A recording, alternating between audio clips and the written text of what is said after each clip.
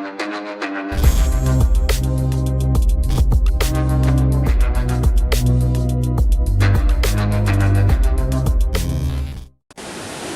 up internet, my name is Dinul Perera and I'm a software engineering undergraduate of Java Institute, and I recently started making YouTube videos. So you are in my channel. In this channel I share content which is basically regarding the field of software engineering, and in this channel I share content which is basically related to stuff in the software engineering field, which includes programming languages, stuff about programming languages and robotics. So in the recent time I started making videos about web programming and database management, and in these videos I share questions. So I share both the question and the answer with you in the video, so you can check them out. If you haven't checked them,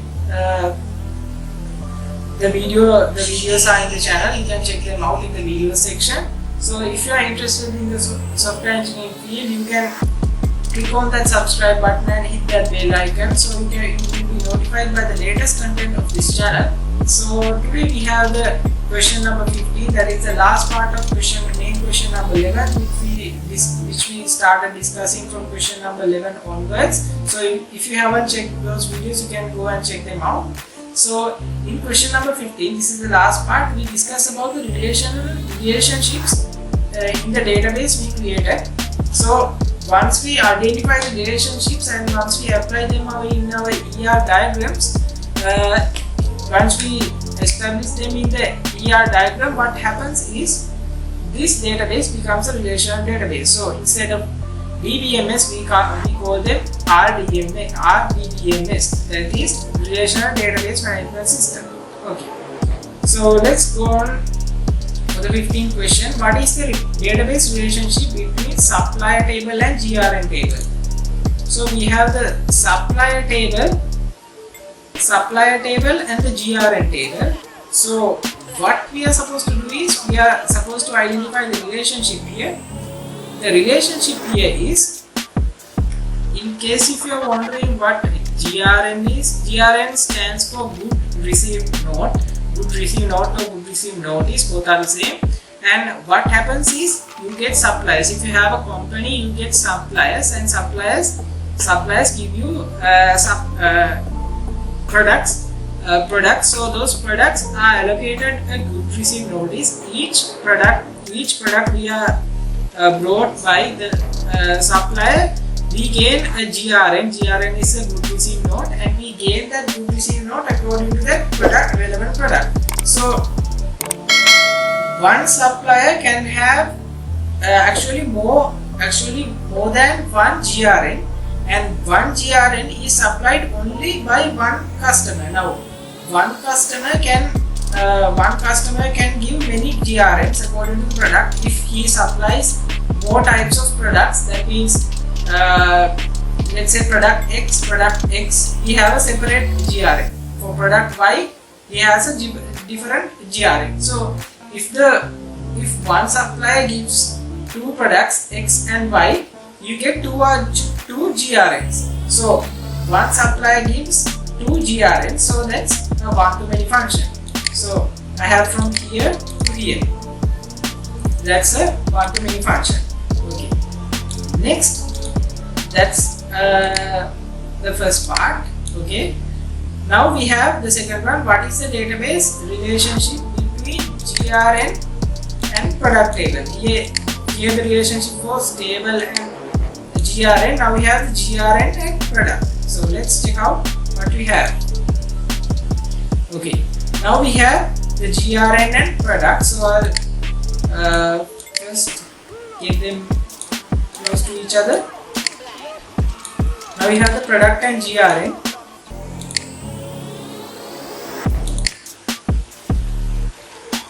Product and GRN. So as you get a GRN from a supplier, from product X, you get a lot of stocks. Now, as a supplier provides many stocks, the stock contains many number of products. So as one stock is allocated a separate GRN, one GRN contains one stock, but one stock has many types of products. So from X, it has many types of products which has product X. Okay, so one GRN has lot of products. So that's a one-to-many function, as you will understand. So this is a one-to-many function. It goes from product to GRN. So one GRN may have many products which is allocated for that GRN value. For that GRN ID, it has many products, and for one product, it has only one GRN. The GRN is good receive notice, as you remember. Okay.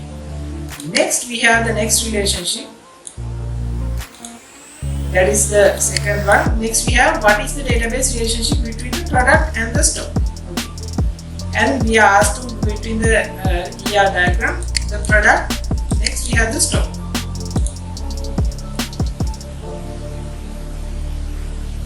We have the product table and the stock. So, one product, let's say product X. Product X is supplied by one stock. Product X is in one stock and product Y is in another stock. That's why this relationship was a one-to-many function. One good receive notice had many products. That's why from product X, from the same good receive notice, there can be many products. There can be many products from one good receive notice. That's because one product can be gained from one stock. So it's a one-to-one function. It's a one-to-one function, as you understand.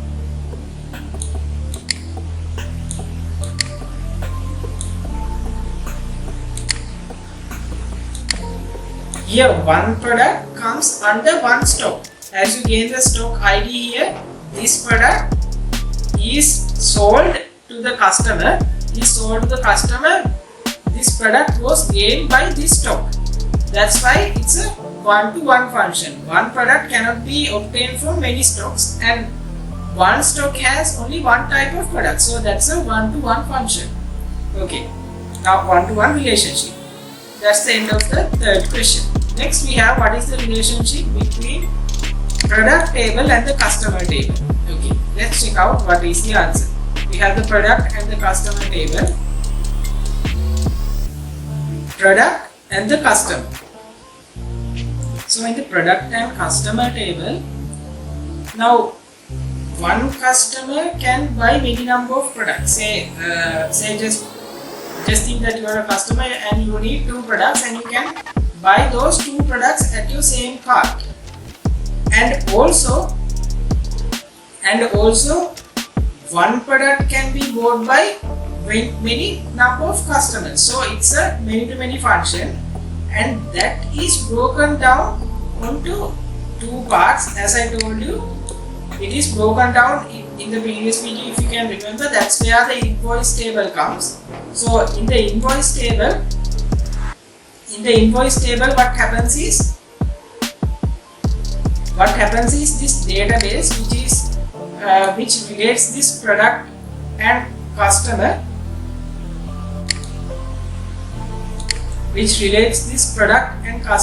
is broken down into two parts.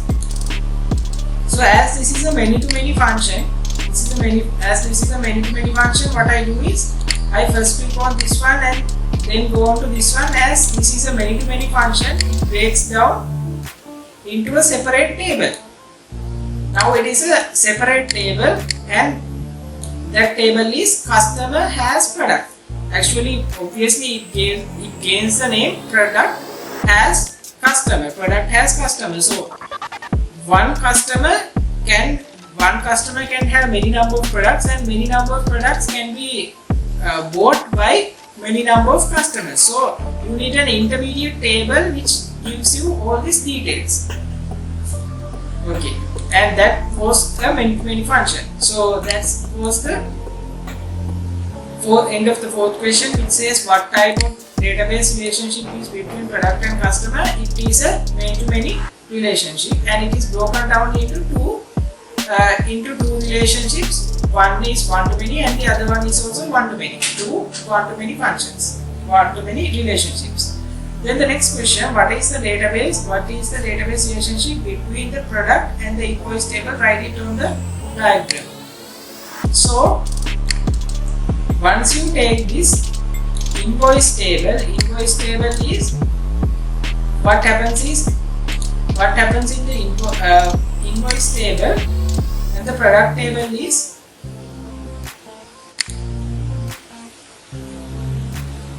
one product can be bought on this date, this quantity of products, and the total price of those products. And say, just for example, just think a product X is bought on this with the invoice ID 1, say 1, it's the first entry, and this date and this quantity, and the total price is this much. Then say that same product is bought on a different date, so the product can be, so one product can appear in many number of places in the invoice table. So it's a one-to-many function, and one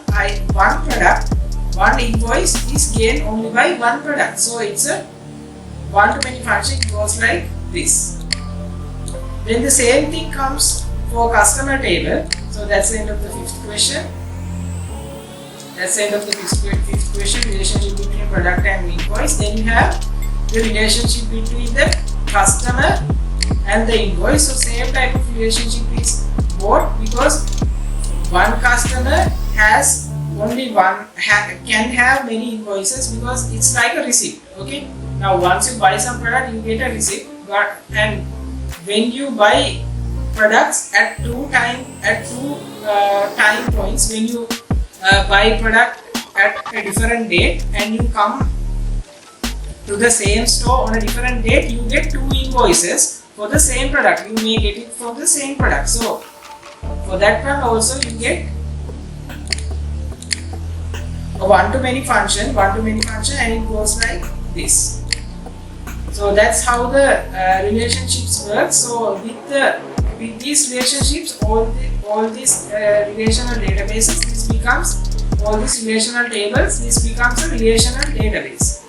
So this relational database is designed like this with the database Next Mobile. This is the name of the company, and this database becomes a relational database with these relationships we discussed. Okay. So that is the end of question number 15. So I'll meet you guys in the next video. That is question number 16. Bye guys.